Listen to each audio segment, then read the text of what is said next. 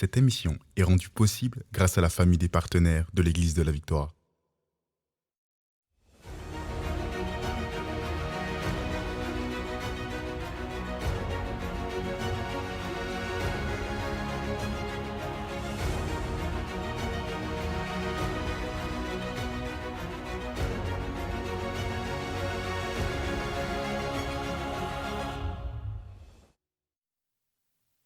Bonjour tout le monde et bienvenue à l'émission Parole de foi. Ici le pasteur Joël Spinks. Je suis vraiment heureux d'être là avec vous aujourd'hui pour vous parler de la grâce de Dieu et comment on peut devenir la voix de la grâce.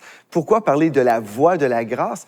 En fait, on a plusieurs voix dans notre monde, plusieurs voix religieuses, plusieurs voix traditionnelles, où on est là pour répéter ce qu'on a entendu à l'Église. Mais en fait, la vérité de la parole de Dieu est autre.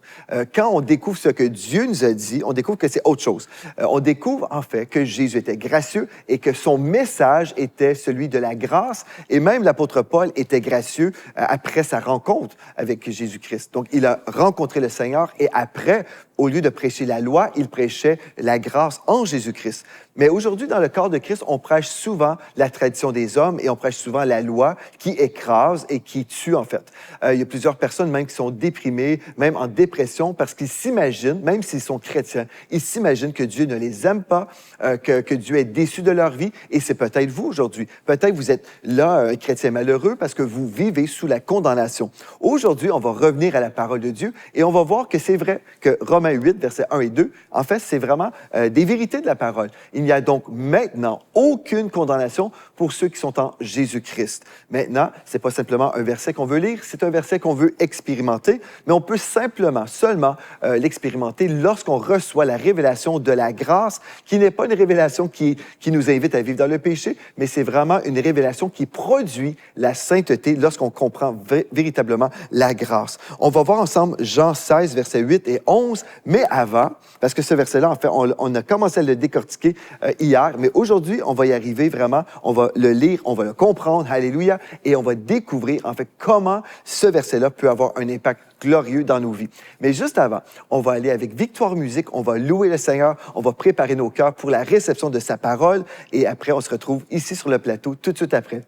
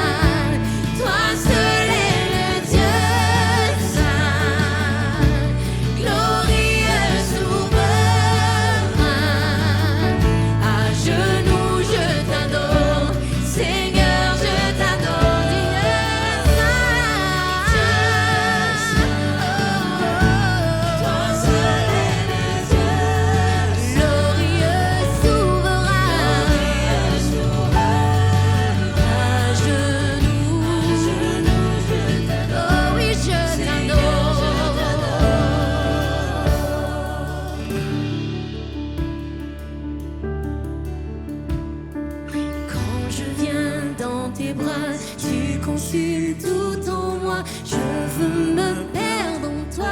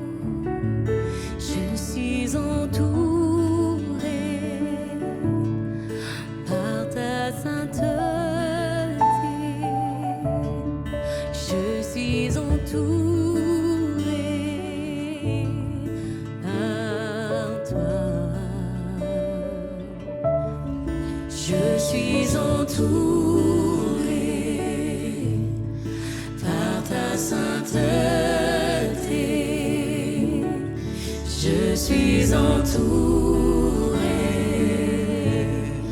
par toi. Je suis entouré par ta sainteté. Je suis entouré par toi.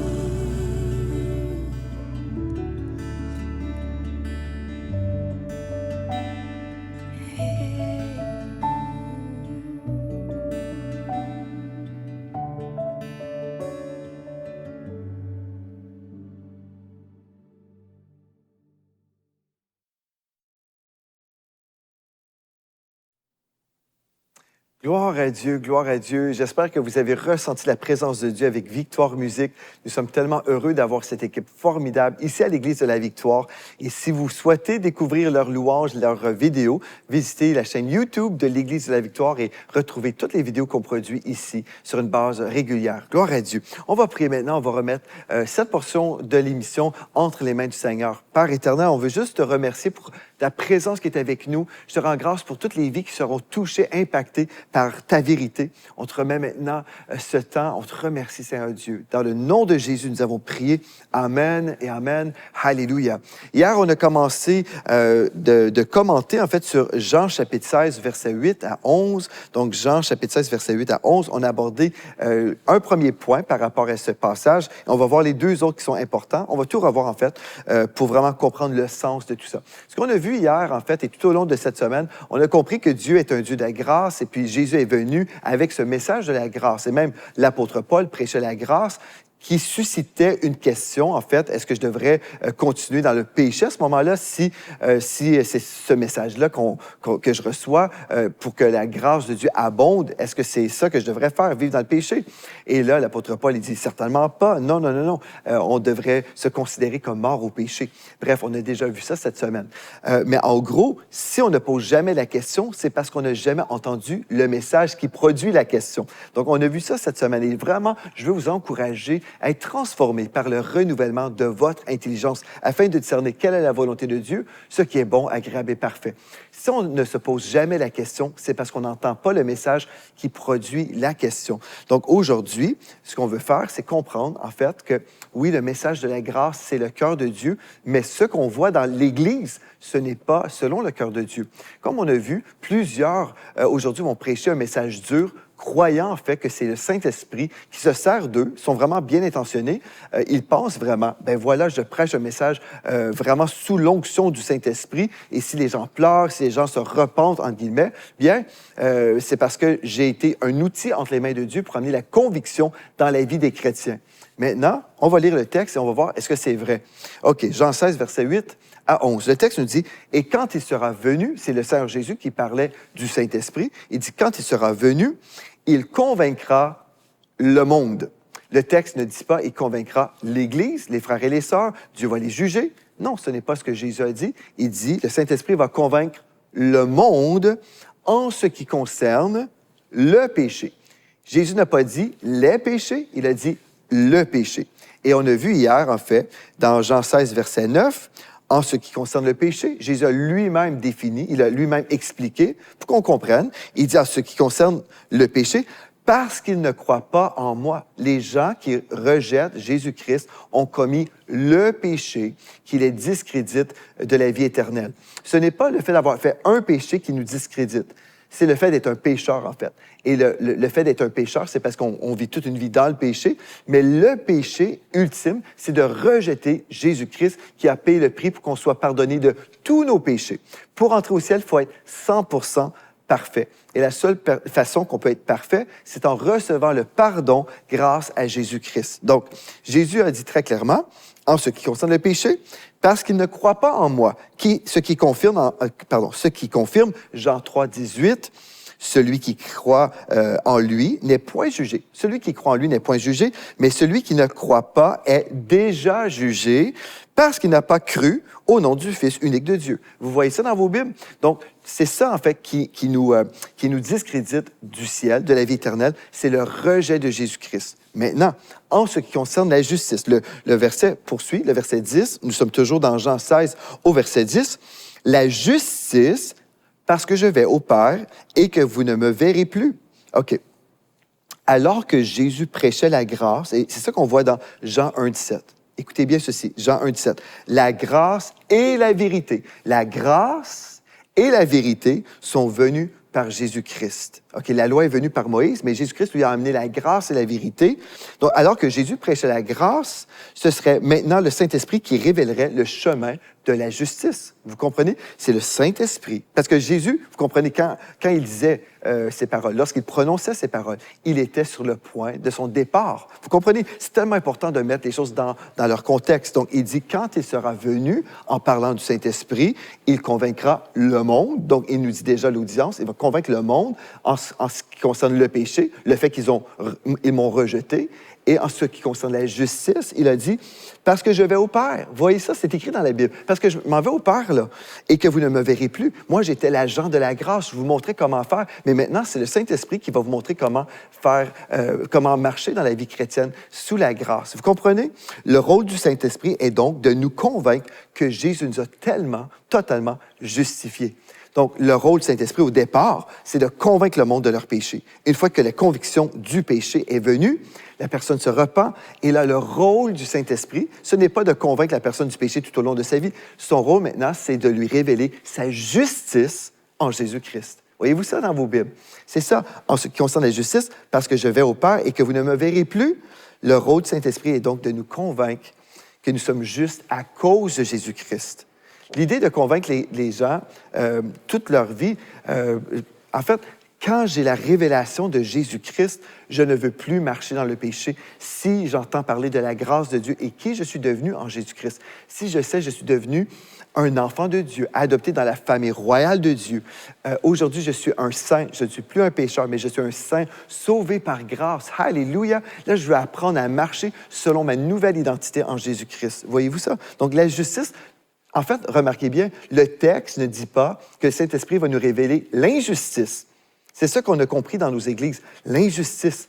Mais en fait, c'est important de prendre le temps, frères et sœurs, d'ouvrir nos Bibles. OK? Donc, on a des Bibles en papier. Là, je vous invite, ouvrez vos Bibles, lisez la Bible et n'écoutez pas simplement des prédicateurs. C'est pour ça, moi, je vous dis toujours, allez chercher vos stylos, allez chercher un calepin, prenez en note les références bibliques, parce que c'est la parole de Dieu qui change vos vies. Amen. Donc, vous prenez des notes, les notes, en fait, pour Jean 16, versets 8 à 11 aujourd'hui, ces notes-là vont vraiment vous aider dans votre croissance spirituelle. La prochaine fois que vous entendez un prédicateur condamner le chrétien, le convaincre, vous allez dire, en fait, ce n'est pas le rôle du Saint-Esprit de convaincre d'injustice. Le rôle du Saint-Esprit, c'est un rôle positif, celui de consoler et de nous révéler notre justice grâce à Jésus-Christ.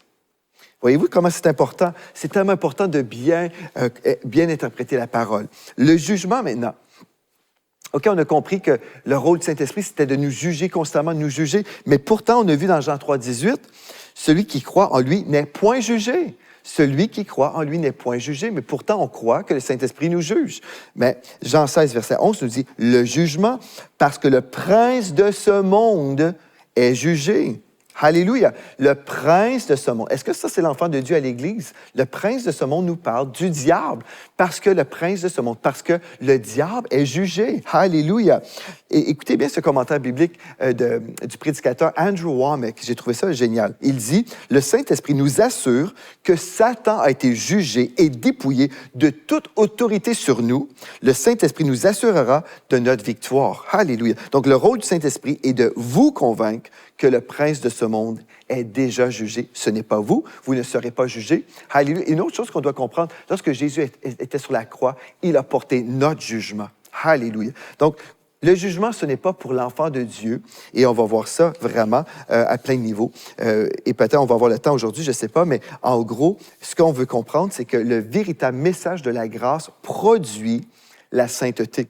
Et les gens s'imaginent le contraire. Les gens s'imaginent que ce soit des chrétiens à l'Église ou que ce soit un pasteur, un prédicateur. On s'imagine à tort en condamnant les chrétiens. Bien là, les gens vont avoir une crainte de Dieu et puis là, ils vont se repentir et puis là, ils vont décider de marcher dans l'honneur envers Dieu. Mais en prêchant la loi, on produit autre chose. La loi produit, en fait, le péché, mais la prédication de la sainteté produit la sainteté. La prédication de la grâce produit la sainteté. On réalise toutes sortes de choses et je vais vous le prouver bibliquement. Que vous soyez en accord avec moi ou non, je vous donne la référence. Tite 2, verset 11. Nous lisons. Donc, Tite, chapitre 2, au verset 11. Car la grâce de Dieu, le texte nous dit, la grâce de Dieu, source de salut pour tous les hommes, a été manifestée. Elle nous enseigne, donc la grâce de Dieu nous enseigne à renoncer à l'impiété. OK? Donc, à renoncer au péché. La grâce de Dieu nous enseigne à renoncer au péché. C'est ça que le texte me dit. Même si plusieurs personnes vont dire « Ah, il ne faut pas écouter les messages sur la grâce, ça ouvre la porte au péché, les gens vont vivre dans le péché. » C'est le contraire. La Bible me dit le contraire. Quand je prêche la grâce, ce que Jésus a fait pour moi et comment la grâce de Dieu, elle est disponible pour ma vie aujourd'hui, pour que je marche dans la sainteté, dans une victoire quotidienne, grâce à l'œuvre de la croix. 1 Corinthiens 1, verset 18 nous le dit aussi. Donc, le message de la croix est une folie pour ceux qui périssent, mais pour nous qui sommes sauvés, elle est la puissance de Dieu. Gloire à Dieu. Je reçois cette puissance pas par les œuvres de la loi, mais par la foi, et c'est par la grâce de Dieu qui me vient par le Saint-Esprit. Alléluia. Donc, la grâce de Dieu, source de salut pour tous les hommes, a été manifestée. Elle nous enseigne à renoncer à l'impiété et aux convoitises mondaines et à vivre dans le siècle présent selon la sagesse, la justice et la piété. En attendant la bienheureuse espérance et la manifestation de la gloire du grand Dieu et de notre Sauveur, Jésus-Christ, qui s'est donné lui-même pour nous afin de nous racheter de toute iniquité et de se faire un peuple qui lui appartienne, purifié par lui et zélé pour les bonnes œuvres. Alléluia, gloire à Dieu. Ça, c'est la vérité. Gloire à Dieu, c'est la vérité. Et vraiment, c'est une joie pour moi de vous annoncer que vous êtes libre aujourd'hui de la domination du péché dans le nom de Jésus lorsqu'on reçoit la révélation de la grâce. Nous allons maintenant, pendant quelques instants, visionner cette courte vidéo concernant ce ministère qui vous présente cette émission et on se retrouve tout de suite après. L'Église de la Victoire, en 1 minute. C'est 4 millions de visiteurs par année sur YouTube. Plus de 70 000 visiteurs par semaine. 4 émissions hebdomadaires et plus de 2000 foyers dans plus de 60 nations. Des groupes Victoire connectés sur tous les fuseaux horaires du globe et un centre d'appel pour les nations. Une équipe de près de 40 employés au Canada et dans le monde. Un orphelinat de 40 enfants au Congo et une maison pour les veuves et leurs enfants. Des campus du Collège Intégrité Victoire au Congo, en Haïti et en Belgique. C'est une maison d'édition, des centaines de ressources écrites gratuites et des milliers d'heures d'enseignement également gratuits. Le ministère de louange Victoire Musique, des conférences de foi, une maison de réveil à Kwanzaa et bientôt un institut biblique. Mais avant toutes ces choses, l'Église de la Victoire, c'est une famille qui marche dans l'unité et dans une même vision. Transformer le climat spirituel de la francophonie par la diffusion médiatique du message de la foi en Jésus-Christ. 100% de ce que vous semez sert à annoncer l'Évangile. Et pour toutes ces raisons, visitez dès maintenant semer.ca. Merci de croire avec nous.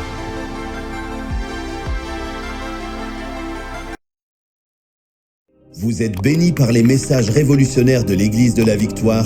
Prenez part à cette œuvre qui transforme des milliers de foyers en visitant dès aujourd'hui semer.ca. Devenez un partenaire mensuel ou un bâtisseur ou paramétrez vos dons de façon automatique en toute discrétion et sécurité. 100% de ce que vous semez sert à annoncer l'Évangile. Merci de croire avec nous. semer.ca.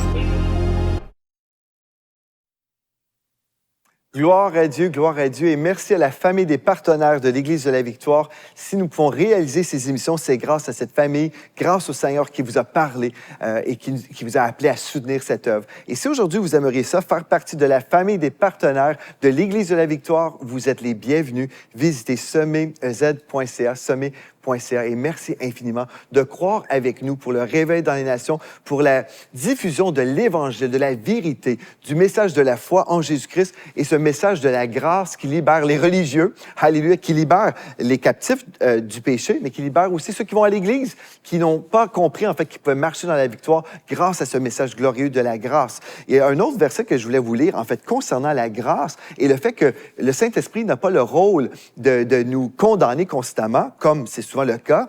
En fait, nous lisons dans Jean chapitre 5 au verset 24, « En vérité, je vous le dis, celui qui écoute ma parole, Jésus a dit, et qui croit à celui qui m'a envoyé, a la vie éternelle et ne vient point en jugement. » Celui qui croit, qui a la vie éternelle, ne vient point en jugement, mais il est passé de la mort à la vie. Voyez-vous, on devrait plutôt croire Jésus plutôt que l'opinion des hommes qui changent constamment.